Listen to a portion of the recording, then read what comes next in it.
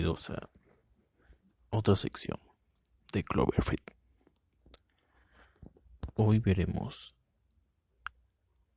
escalofriantes historias de asesinos seriales en México. Empecemos con el chalequero. Francisco Guerrero Pérez nació en el Bajío mexicano en 1840. Se sabe poco sobre su infancia, salvo que pertenecía a una familia pobre y abusiva, de la que huyó a los 22 años para convertirse en zapatero en la Ciudad de México. Guerrero se casó y tuvo 4 hijos. Sin embargo, varias fuentes indican que era un hombre singularmente promiscuo, que tuvo diferentes hijos extramaritales y que acostumbraba a tener encuentros sexuales con prostitutas. Justamente fueron las sexoservidoras sus principales víctimas. Decían que solo vestía elegantemente con pantalones de cachemira, fajas multicolores y chalecos refinados de charro. También se relata que era un hombre bien parecido, de facciones masculinas y toscas, y que era carismático y atractivo en su forma de ser. Se consideraba un buen católico y un buen guadalupano. A pesar de esta declarada fe, Guerrero Pérez se acercaba a sus víctimas para controlarlas por sus servicios. Después del acto sexual, Guerrero desarrollaba o estrangulaba a sus víctimas. Muchas de ellas también terminaron siendo decapitadas antes de ser arrojadas al río Consulado. Fue alrededor de 1888 que, en las orillas de este río, que corre ahora bajo la parte norte del circuito interior, fueron encontrados cadáveres de mujeres decapitadas, maltratadas y parcialmente desnudas. En 1988, Guerrero fue capturado por el detective Francisco Chávez. Se le acusó del asesinato de Murcia Gallardo y la violación de una mujer llamada Emilia. Esta última víctima era una lavandera que había sido atacada por Guerrero al regreso de una peregrinación de la villa de Guadalupe. Como acostumbraba, el asesino la estranguló y la abandonó, pensando que estaba muerta, y a las orillas del río Consulado. Sin embargo, la mujer sobrevivió y señaló a Guerrero como culpable.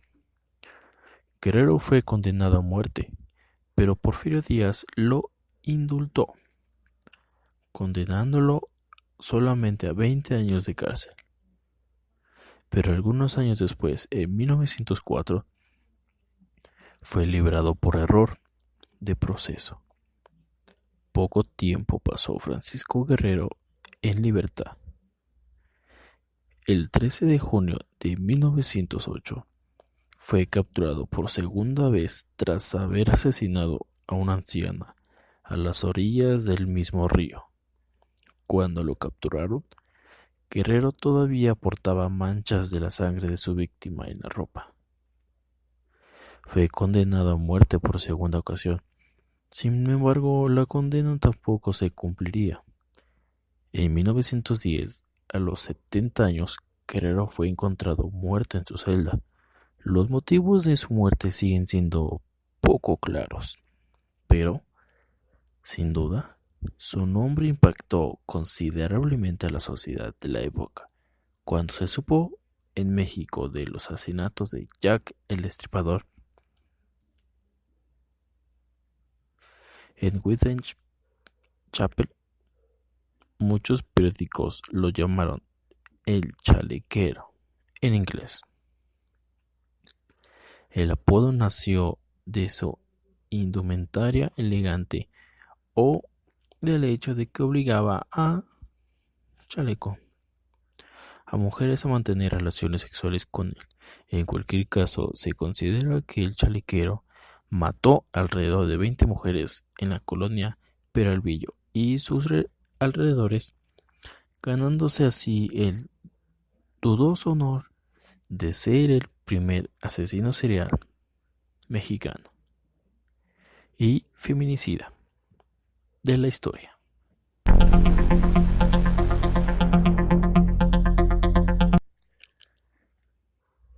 El caníbal de la Guerrero.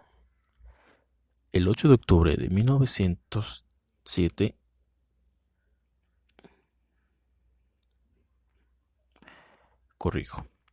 el 8 de octubre del 2007, fue detenido en la Ciudad de México José Luis Calva Cepeda, el que sería llamado el caníbal de la Guerrero. 3 días antes, Alejandra Galeana, con la que había tenido una complicada relación de meses, había desaparecido. Los familiares de Galeana advirtieron a las autoridades y la policía cateó el domicilio de Calva Cepeda. En la casa de la colonia Guerrero encontraron el cuerpo desmembrado de Galeana en un closet. Al parecer, Calva Cepeda la había asesinado en un acto impulsivo cuando amenazó con dejarlo, lo que hizo que este fuera tan sonado. Sin embargo, lo que los policías encontraron en el departamento, un pedazo del brazo de Galeana frito y carne humana en sartenes y en el refrigerador.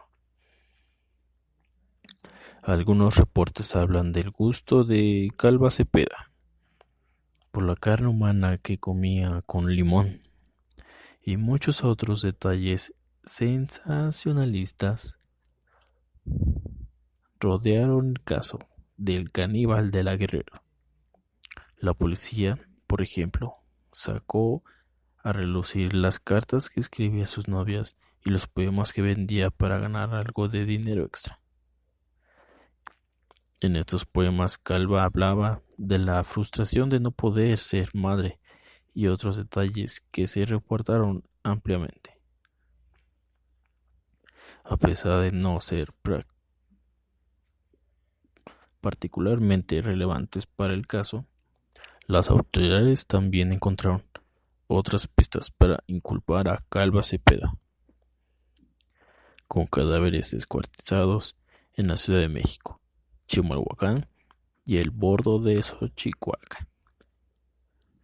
Un hombre que mantuvo relaciones homosexuales con Calva Cepeda incluso admitió haberle ayudado a descuartizar a otra mujer. Calva nunca admitió, sin embargo, todos los terribles detalles de sus crímenes. Siempre fue más fácil hablar con él de poesía que de mutilaciones o canibalismo. 2 días después de su arresto, además, Calva Cepeda fue encontrado muerto, presuntamente por suicidio. En un reclusorio, los familiares del famoso caníbal de la Guerrero aseguraron, sin embargo, que lo mataron otros custodios después de violarlo con un palo de escoba y pisarle los genitales. La terrible verdad de sus crímenes se irá, como las circunstancias de su muerte, con él a la tumba.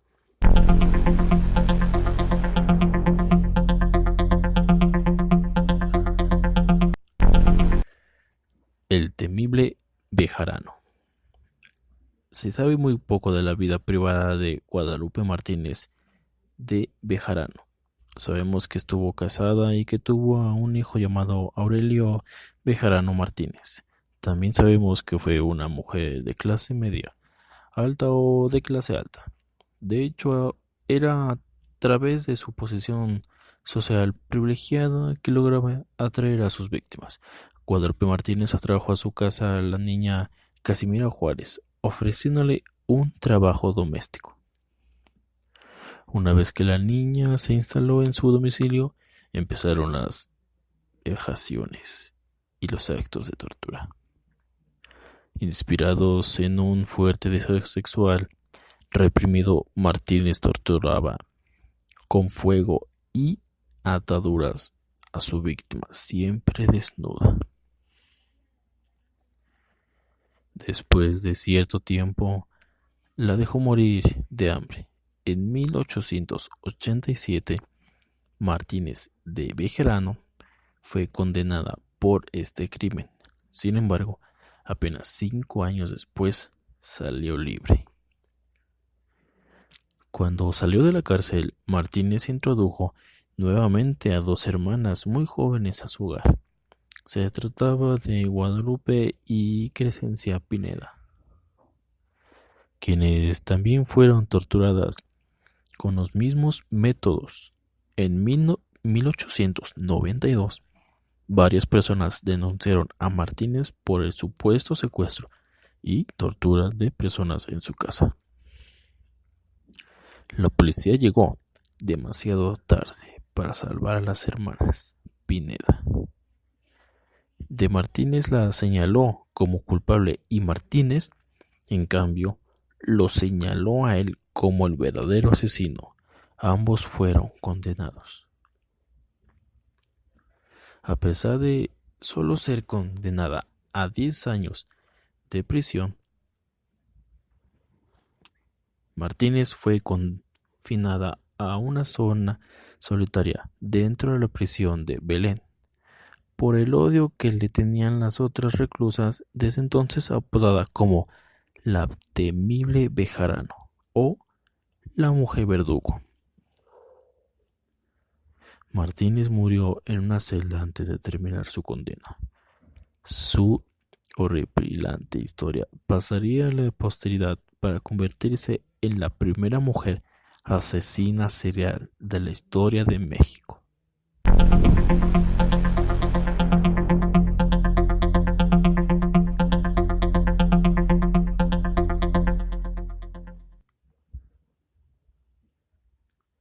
La Mataviejitas.